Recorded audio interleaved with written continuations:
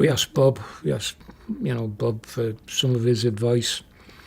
We went back and asked our parents, what do you think, this, that and the other. And it was like, well, yeah, fine, go and see him. You can't lose anything by that. Because by this time, Alan, God bless him, had sort of faded away from being our manager. I'd taken over the role of business bookings, if you could put it that way, arranging fees and all the other bits. So it seemed a progressional thing to do, So the next day, we went in to see Epstein. There he was, pinstripe suit, immaculate, In we walked, the Beatles, so of course we had to walk through Nems. And all the shop girls, the sales assistants are all like, oh, it's the Beatles.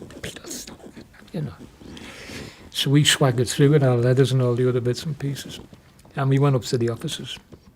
And he put the deal to us, and he was very gentlemanly-like, talked around the subject. He said, I've seen you, I've thought about it.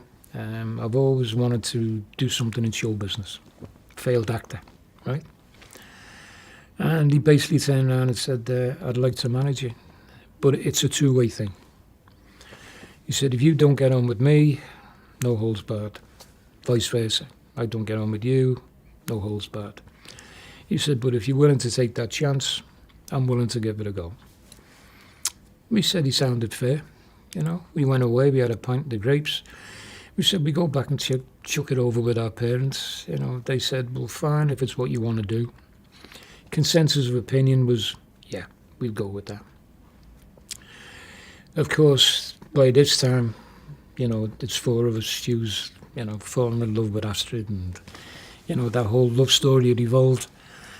So we went back to see Epstein, and basically turned around and said, unbeknownst to him, we'd basically sort of sat in the grapes and turned around and said, yeah, owns a record store, drives a big Zodiac car, money, he can do things for us.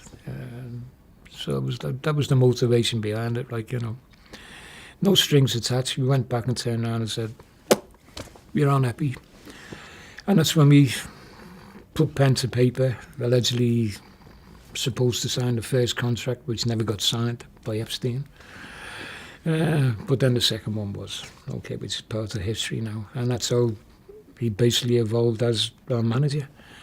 But it all basically transpired, this chance meeting with Ron Jones, or Ray Jones, and him coming down to the Casbah and being mesmerised by the Beatles, And it was, when you think about it, at that initial stage, a union of two completely different opposites. We're leather-clad rockers, right? Totally inhibited, spitting, smoking, everything else on stage. He's very refined, dignified, even in his manner talking to us. But it worked. That was the incredible thing. But you see, one of the first things we set him, and we'd all agreed on this, was that it was great having a recording contract in Germany with Polydor. But the logistics of it going back over to Germany to record, that could only happen if we went and played Germany again. Little did we know at that time we were going back to Walk the Star Club. And it very much became, we want a record company in England. So that's your task.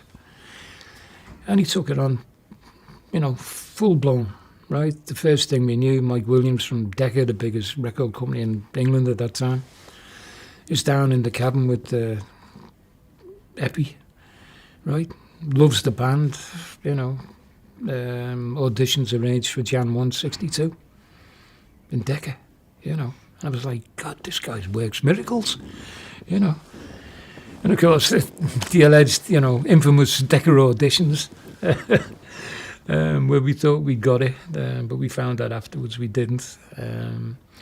But that was the start of it all. That was the endeavour. There was dismay for us because we hadn't got Decca. But that's another story.